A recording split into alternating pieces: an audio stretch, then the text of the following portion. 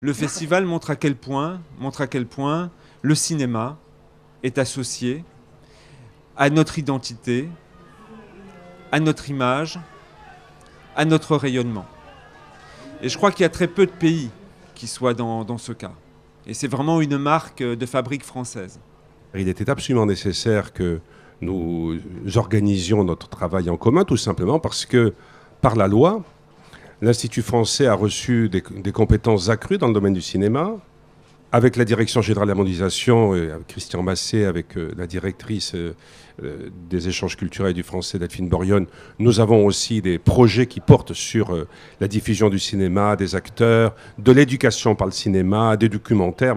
Nous avons un véritable accroissement, je dirais, de nos activités au cinéma, pour les raisons qui ont été dites avant moi, d'ailleurs, tout simplement parce que c'est un des vecteurs essentiels de la culture, et de la culture populaire, de la culture qui touche très largement.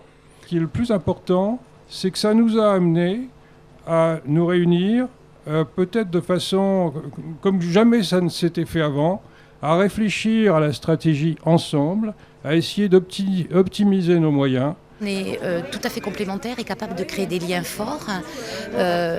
Donc ça, c'est la première force, je dirais, de cet accord. Il est symbolique. L'Institut français est en charge des aspects non commerciaux. Unifrance est en charge des aspects commerciaux. Les uns se nourrissant et s'enrichissant des autres en permanence.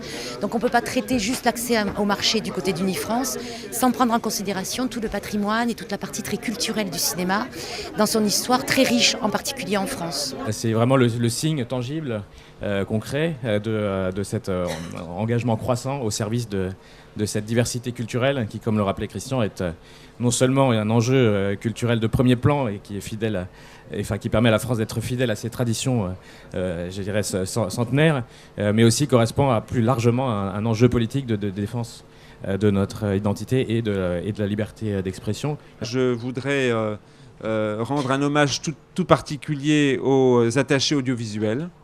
C'est un réseau absolument remarquable.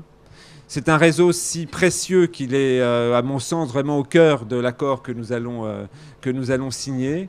Et c'est un réseau qui, malgré les contraintes que nous avons tous, les contraintes budgétaires, nous voulons préserver.